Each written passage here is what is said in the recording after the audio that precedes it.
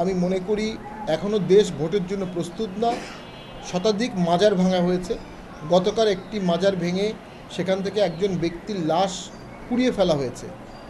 কারো মতাদর্শের সাথে আপনার ভিন্ন মত থাকতে পারে, কিন্তু আপনি মব সৃষ্টি করে আইন হাতে নিয়ে রাষ্ট্রকে বিপদে ফেলতে পারেন না।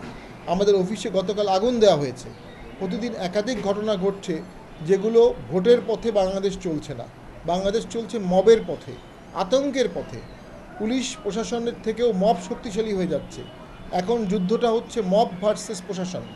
সেখানে কে জয়ী হয় আমরা সেটা দেখতে যাচ্ছি।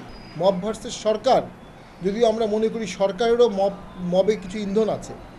সেই ক্ষেত্রে আমরা অবশ্যই মনে করি কোনো অবস্থাতেই দেশ ভোটের দিকে আগাচ্ছে না। সকলে আলোচনা করে দেশটিকে আগে ভোটের দিকে নিতে হবে।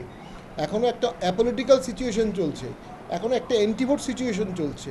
এর মধ্যে জাতীয় পার্টিকে ব্যান করা, এটা ভোটকে ব্যাহত করার বৃহৎ ষড়যন্ত্রের একটি অংশ। এবং দুঃখের সাথে দেখলাম জাতীয় পার্টির অফিসে আঘাত করাকে কেন্দ্র করে একজন অ্যাডভাইজার বলেছেন যে এটা কোনো মব না। একটা পার্টি অফিস গুড়িয়ে দিতে যারা আসবে, একটা পার্টি অফিসে আগুন দিতে যারা আসবে, সেটা অবশ্যই কোনো রাজনৈতিক কর্মসূচি না, সেটা অবশ্যই মব। রাষ্ট্রের দায়িত্ব সে মবটিকে যে কোনো মূল্যে নির্মূল করা। কিন্তু রাষ্ট্র নির্মূল না করে কোনো কোনো ক্ষেত্রে সরকার এটাকে উৎসাহিত করছে, নিবৃত করছে না।